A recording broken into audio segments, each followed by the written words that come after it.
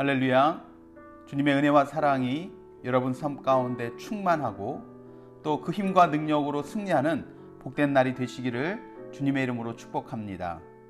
오늘은 느헤미야의 말씀을 읽습니다. 느헤미야의 말씀의 핵심은 성벽 재건입니다. 불과 52일 만에 예루살렘 성벽을 재건하게 되는데 이것을 어떻게 준비하고 또 완공되어졌는지, 그리고 이 일을 하는 동안 어떤 일들이 일어났었는지에 대한 그러한 기록입니다. 성벽을 재건하고 끝난 것이 아니라 후에는 또 에스라와 느헤미야가 함께 영적인 회복을 위해서 어떠한 일을 했는지 또 말씀 가운데 이야기하고 있습니다. 개인적으로 성경 통독을 할 때처럼 느헤미야서를 한 장씩 또는 9절씩 읽는 것이 아닌 느헤미야서 전체를 이렇게 한꺼번에 읽을 때면 매번 똑같은 감정이 듭니다. 느헤미야서를 읽을 때마다 두 가지의 감정을 느끼게 됩니다. 전반부에서는 조금 긍정적인 감정이 느껴지고 후반부에 가서는 부정적인 감정인데, 느헤미야를 바라보면서 리더로서 힘든 상황 속에서도 헤쳐가는 모습, 그럼에도 주변 환경의 변화가 인간적인 마음으로 도와주지 않는 모습들을 보면 안쓰럽기도 하고 감정이입이 되어서 주변 사람들에 대한 화가 나기도 합니다. 근데 오늘은 이런 부정적인 감정의 이야기보다 우리 성도님들과 함께 긍정적인 감정에 대한 이야기들을 함께 나누면서 주의 말씀들을 상고해 보려고 합니다. 느헤미야가 이스라엘에 대한 소식을 듣고 하나님께 기도합니다. 느헤미야도 에스라처럼 안락하고 풍요로운 삶을 살고 있었지만 자기 백성들이 고국에서 고생하고 업신여긴다는 소식을 듣고 애통해합니다. 이스라엘의 교만과 불순종, 그것을 대신해서 금식하며 하나님과의 관계를 회복하기 위해서 간구하고 있는 모습을 봅니다. 비록 예루살렘의 그 성전이 무너지고 성벽이 무너진 것, 사실은 느헤미야하고는 직접적인 관계는 없는 일이지만 하나님의 백성으로서 책임을 느꼈던 것이죠. 그리고 그들의 죄를 자신의 죄로 여기고 회개하며 나아가는 모습들을 보게 됩니다. 진정한 그리스도인들은 공동체 안에서 다른 사람들의 잘못을 들추며 그들을 정죄하고 하는 것이 아니라 항상 오히려 자신의 잘못을 돌아보며 하나님 앞에서 회개하는 사람이 되어야 할 줄로 믿습니다. 하나님께서는 정직하게 자신의 모습을 보고 고백하고 회개하는 그 사람을 통해서 무너진 공동체를 회복시키는 줄로 믿습니다. 하나님께서도 그런 마음을 가지고 있는 느헤미야를 통해 예루살렘 성벽 재건할 수 있는 귀한 은혜를 베풀어 주시죠. 물론 말씀에 보면 이 일을 방해하는 세력도 있었고 느헤미야를 음해하는 시도도 있었습니다. 모든 일들이 마찬가지이지만 돕는 사람이 10명이 있어도 방해하는 사람 1명이 있으면 그것이 얼마나 힘이 드는지 모릅니다. 특별히 사회 조직에서나 그렇다면 별 문제 없습니다. 그냥 방해하는 한 사람 무시하거나 쫓아내거나 법적인 힘을 빌려서 처리할 수 있습니다.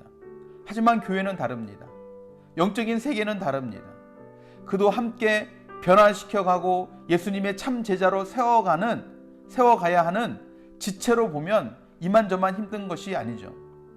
하지만 그럼에도 불구하고 성벽은 52일 만에 완성이 됩니다. 열심히 재건에만 신경 써도 힘든 일인데 한 손에는 창을 잡고 한 손에는 또 나팔을 잡고 그러면서 계속해서 성벽을 재건하는 모습을 우리가 말씀을 통해서 보게 되어집니다. 언제 있을 줄 모르는 그 방해 세력의 공격을 준비하면서 일을 해야 되는 어려운 상황이었지만 그럼에도 불구하고 끝내 그 성벽을 완성했다 하는 것이죠. 얼마나 감사하고 얼마나 감동입니까? 이런 어려움 중에도 재건하게 된 성벽을 생각해 보면서 느헤미야 3장의 말씀을 보면 정말 엄청난 감동이 되고 도전이 되어집니다. 한편의 영화를 보는 것 같고 3장의 말씀을 처음부터 쭉 읽어가는 동안에 저는 읽을 때마다 제 머릿속에서는 한편의 어떤 이미지가 쭉 돌아갑니다. 그리고 그런 모습들을 보면서 이런 감동스러운 모습이 우리 교회 안에도 있으면 좋겠다. 아니, 그런 모습들을 그려봅니다. 어떤 교회 안의 프로젝트를 생각해보고 우리 교회 성도님들의 모습들을, 얼굴들을 떠올리면서 어느 분은 이런 일, 어느 분은 이런 일, 어느 분은 이런 일, 이렇게 막 열심히 협동해서 어떤 목표를 이뤄가는 그 모습들을 생각해보면 정말 감동이 되어집니다. 앞에서도 말씀드렸지만 무너진 예루살렘 성벽을 재건하는 일은 정말 큰 공사였습니다. 게다가 안팎으로 반대하는 세력도 있었던 상황이기 때문에 일반적인 방법으로 진행하기엔 정말 어려웠던 그러한 재건 공사였습니다. 그래서 느헤미야는 독특한 방법으로 계획을 세워서 성벽 재건을 수행하는데 그 방법은 이스라엘 백성 모두에게 이를 분담시키고 책임을 맡긴 것이었습니다. 느헤미야 3장 말씀을 읽을 때마다 가슴이 벅차오르고 우리 공동체에 대한 그런 간절한 기도가 되어집니다. 예루살렘 성전 건축, 성벽 건축, 재건을 위한 한두 사람만이 헌신하고 있었던 것이 아닙니다. 모든 사람들이 자신의 분량만큼 성벽 재건에 동참해서 귀한 사역이 이루어지게 된 것이다 하는 겁니다. 우리 공동체의 회복도 마찬가지입니다. 한두 사람의 노력으로 되어지는 것이 아닙니다. 모두 한 마음이 되어야 합니다. 하지만 그렇다고 모두 똑같은 일의 양을 감당하는 것이 아니다 하는 거죠. 3장 20절에서 24절 말씀에 보면 이들은 자기 집 앞, 자기 집 근처에서 일을 합니다. 능력대로 사명 감당하는 겁니다. 대제사장에서부터 제사장, 상인들, 다스리는 사람들, 여러 분야의 여러 신분의 사람들이 함께 모여서 건축에 참여합니다. 12절 말씀에 보면 당시 시대로서는 정말 신기할 정도로 여인들까지도 그 일에 참여했음에 대해서 기록하고 있는 것을 봅니다. 자신의 신분이나 능력에 맞게 성벽 재건하는 그 일에 그 한 가지 목적을 위해서 모든 백성들이 함께 동참을 합니다. 그래서 1절 말씀에 양문서부터 시작합니다. 양문서부터 건축되어지고 계속해서 성벽이 이어져 갑니다. 양문 공사가 시작되고 어문, 옛문, 골짜기 문, 분문, 샘문, 수문, 마문, 그리고 32절에 와서 다시 양문까지, 처음 1절에서 시작됐던 양문서부터 마지막 32절 양문까지 온 성벽이 다 연결이 되어지고 완성이 되어집니다. 우리는 종종 공공의 일이 주어졌을 때 내가 직접 하지 않고 다른 사람들이 하기를 바라거나 혹은 다른 사람들을 시킬 때가 있습니다. 그 일이 귀찮거나 하찮은 일이라고 생각하기 때문입니다. 하지만 우리는 우리에게 일을 맡기실 때 감당할 수 있는 능력까지 주시는 하나님을 믿고 솔선수범하여 사명 감당하는 저와 여러분들이 되시기를 바랍니다. 하나님이 원하시는 것은 모두가 함께 분량만큼, 능력만큼 사명 감당함을 통해 하나님의 공동체를 세워가시기를 원하셔서 여러분, 저와 여러분들을 한 공동체로 부르신 줄로 믿습니다. 믿음 좋은 몇 사람이 아닌 모든 성도가 하나 되어서 교회를 세우며 아름다운 공동체로 성장해 갈 수 있기를 주님의 이름으로 축원합니다. 우리가 이제 코로나19 이 사태를 인해서 우리 함께 모여서 예배하고 있지는 못하고 교회에 함께 모이지는 못하는 상황이지만 여러분, 교회를 향한 우리들의 마음이 예루살렘 성벽 재건과 같이 한 마음이 되고 한 뜻이 되었으면 좋겠습니다. 어떻게 하면 우리의 예배가 더욱더 하나님께서 기뻐 받으실 만한 예배가 될 수 있을 것인가? 어떻게 하면 우리가 예배 안에 더욱더 하나님을 뜨겁게 찬양하고 예배할 수 있을 것인가? 어떻게 하면 정말 이 세상 그 어떤 예배보다 하나님께서 정말 기뻐 받으실 만한 그러한 예배, 그러한 교제, 그러한 사랑의 나눔들이 우리 교회 안에 있을 수 있을까? 이런 목표들을 가운데 내가 할 수 있는 범위 안에서 내가 할 수 있는 능력을 따라서 우리가 즐거이 헌신함으로 아름다운 것들을 세워가는 그런 아름다운 역사들이 우리 공동체 안에 이루어지게 되기를 주님의 이름으로 축원합니다. 여러분, 그런 것들을 상상해 보십시오.